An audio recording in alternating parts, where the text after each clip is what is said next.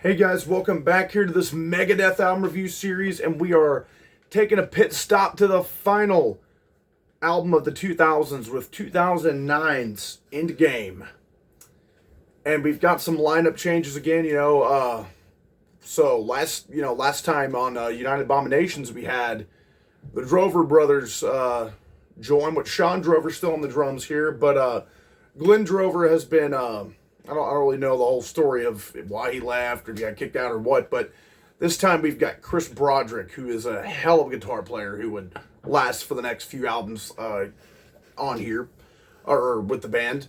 And which I forgot to mention last time too, Jamie Lomenzo, I think last time was his first album on bass. Maybe I'm wrong, but he's also on this one still. So we got a quite a different lineup here, and I've heard this album before touted as the second Rust in Peace kind of deal, which we'll get into kind of why people have said that before and whether or not I agree on it. Which right off the bat, we're going to kick it off with the instrumental with Dialectic Chaos, which is just kind of a quick little 2-minute little prelude that does its job perfectly, showcases Dave and Chris Broderick's their guitar solo and skills, just shredding it up, and then that leads right into This Day We Fight, and what a track this is. So kind of you got to pair these two together, because again, Dialectic Chaos kind of bleeds right into This Day We Fight, and one of my favorite songs off here, easily right off the bat, with This Day We Fight, and again with kind of that Dialectic Chaos kind of fused into one there.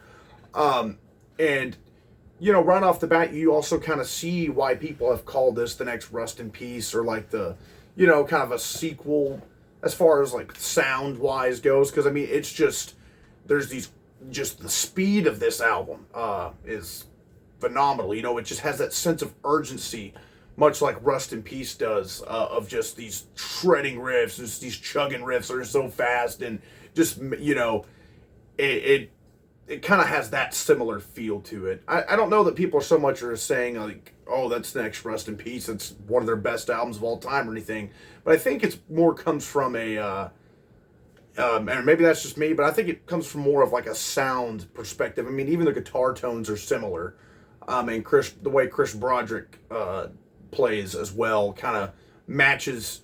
I mean, I don't think he's quite near, as good as Marty Friedman, but I mean, they have a similar playing style. So yeah, I would say I agree with that as far as that goes. Again, maybe some people are meaning that they think it's like, oh, that's like one of their greatest albums ever, and is the next best thing to Rust in Peace or whatever. Maybe that's what some people are meaning, but the way I've taken it, and the way I kind of see where people are talking about, is that speed and just that overall sound does kind of sound like a sequel of some sorts to Rust in Peace. But anyways, we'll hop back onto this next one, because track number 3 is my favorite one, 44 minutes. I guess this one's about some kind of shooting that went down in LA in like 1997 or something. So it's got kind of, some powerful lyrics, kind of a storytelling aspect to it. You get a thick bass tone from Lomenzo on this one. Of course, he's played with Pride and Glory, White Lion, a bunch of other bands, Black Label Society, so dude knows what he's doing. And just the bass tone on this is just, it's so prevalent in the mix, and especially on this track, he really gets a chance to shine on this, and the chorus of this one's really hooky. This is by far my favorite track off here. 44 minutes, I think, is just a perfect track on this album, and does everything right. Then we go with 1,324 or 1,320. I had the 4 from 44 minutes, or you could just say 1320. And this is another really good one that keeps the speed going, and just kind of keeps the train trucking along here with some shreddy little fills and everything, which also kind of reminds me of Rust in Peace, which is where I see what people are saying. Like, there's the way Broderick and Mustaine kind of do their little fills throughout the riffs and such, much like on this track here. And you get a really cool drum, a cool drum showcase here from Sean Drover on this one, where he just gets to go off there for a minute there, and then the track picks back up, but really gets to show that hey, he's helping carry the speed along. So 1320 is a hell of a track as well. Then we got Bite the Hand. This is a solid one with one of the hookier choruses off here as well. I really do like this one. This one, I'm trying to see. It kind of falls in the middle for me, though. I mean, it is a very solid track, and it does, again, it has a hooky chorus and everything, and it also kind of keeps up that speed. So this is a really consistent album as far as that goes. The speed and a bit of the chaos, the chaotic, nature of this. And I think Bite the Hand really keeps that going. And it's a solid track. Kind of falls in the middle as far as my favorite tracks go, but it's a solid track that keeps things going. Then this might be my third favorite. I'd say This Day We Fight. It's probably my second favorite, 44 minutes, and then we get to this one, probably my third favorite with Bodies. And this one is an awesome one, kind of a brutal, just a brutal track as far as just the way the riff goes. I love how the chorus is kind of just kind of climbs up on you, and another really hooky chorus on here as well. And this one is one I definitely kind of forgot about. This is another one of those albums, kind of like United Abominations, where I've not really revisited this album as much for whatever reason. So this was a fun one to dive back into, and to rediscover some tracks and everything. And Bodies is definitely one of those that has jumped up into the upper echelon of tracks for me. I really, really dig that song and see myself coming back to that one a lot in the future. Then we go with Endgame, which this one's a fun one. This is one of my favorites too, the title track.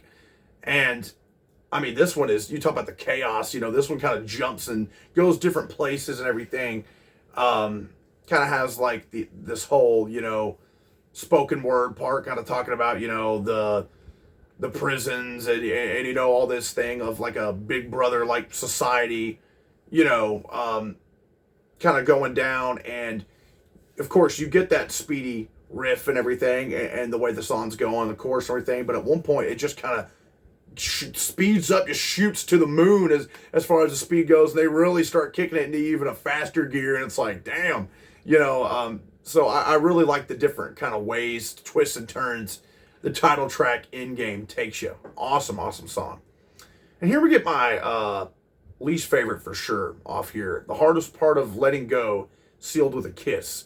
And it's kind of I don't know if you can really call it ballad, but it's got a slower one, kind of a moodier track off here. Has the acoustic kind of opening and everything. And to me, this one, I'll say it serves its purpose of kind of breaking up some of that fast-paced nature that this album brings to the table. But it doesn't quite, I don't know. Maybe this could have been they could have done something else. I don't know. I don't hate the song, but it doesn't seem like it really fits as much on this album to me. I think it's okay. And I do like that it kind of serves as a little breaking point, a little stopping point there for the speed and everything of the album. Although, hey, it could just keep going fast, for me. It wouldn't bother me a bit, but I'm saying it does kind of, shake things up a little bit, which I appreciate that it does that, but it's just, the chorus ain't that great for me. It just doesn't really fit this album for me. But I think it's an okay song. Maybe it could have been on, I don't even know. Because obviously they've done ballad stuff and slower tracks before, but this one just didn't quite do it for me. Then we go with Head Crusher, another one of my favorites off here. I've always really liked this one. It's just brutal, much like, the device it's describing, the Head Crusher. And man, I really like just the points where they're just kind of cheering on a Head Crusher while just this chunky monster of a riff just kind of blasts at you. A really quick and to the point song that also I think could have served as the opener. Although again, I think Dialectic Chaos was the perfect opener. but I'm just saying this one definitely could have served that as well, because it really could have been used as a tone setter. I mean, it really encapsulates what this album's all about. So, Head Crusher, another one of my favorites. Then we go with How the Story Ends. This is a solid one, probably another one of my least favorites, but it's a solid track. It has a nice chorus and everything to it, and it's got some cool moments and everything, but just kind of falls in near the bottom range for me, kind of with probably my second least favorite off here. Then we close it, which I think is a great way to close it, with The Right to Go Insane, which really delivers as far as an album closer goes for me. Really wraps things up, keeps the chaotic nature. It's even talking about going insane, right? I like the lyrics a lot on this one. And it just really is the cherry on top to what's an awesome album that I think is often overlooked, including by myself. Because again, this is one that I've not really revisited as much, but definitely one I want to continue to revisit over the years, especially those tracks like 44 Minutes, which I've always liked. Same with This Day We Fight. Again, Bodies is one I'm going to definitely be returning to a lot more. The title track, The Right to Go Insane, Head Crusher's always been a favorite of mine off here. So this album is really, really solid, and one that, again, I think kind of gets overlooked for whatever reason, even though at the same time, some people also call it like the next Rust in Peace. So I have seen people chuck it up there pretty high at the same time that I've seen it go, overlooked. And for me, I kept that in mind, that kind of Rust in Peace. Those few times I've seen people kind of talk about that comparison, kind of kept that in mind, and I definitely heard it on here. So very, very solid album. I definitely want to hear your guys' thoughts on this one, as I've just kind of heard not too much about it, but I've heard the things I have heard have been just kind of, meh, it's all right. Or I've also heard that, hey, some people hold it in really high regard. I definitely dig this one, and it's one that I'm going to be coming back to more and more to really let it, let it sink its teeth into me that much more, because this is one of the ones I think, for whatever reason, I've played the least over the years. And that doesn't necessarily mean it's a bad album. Obviously, I'm digging it, and I even liked it the first time I heard it. It's just, bands who have a big discography, sometimes some albums you kind of toss to the side for a little while and forget just how good they are. And that's been the case with Endgame here. So we wrap this up. Next time we're hopping into the 2010s. We're getting closer and closer, inching closer to the finale of the Megadeth album review series. So we're hopping in. I think we've got, like 4 albums left. So next time we're talking about 2011's 13. So stay tuned for that, guys. Really pumped to be checking that one out again. And like, subscribe, and comment. Thanks.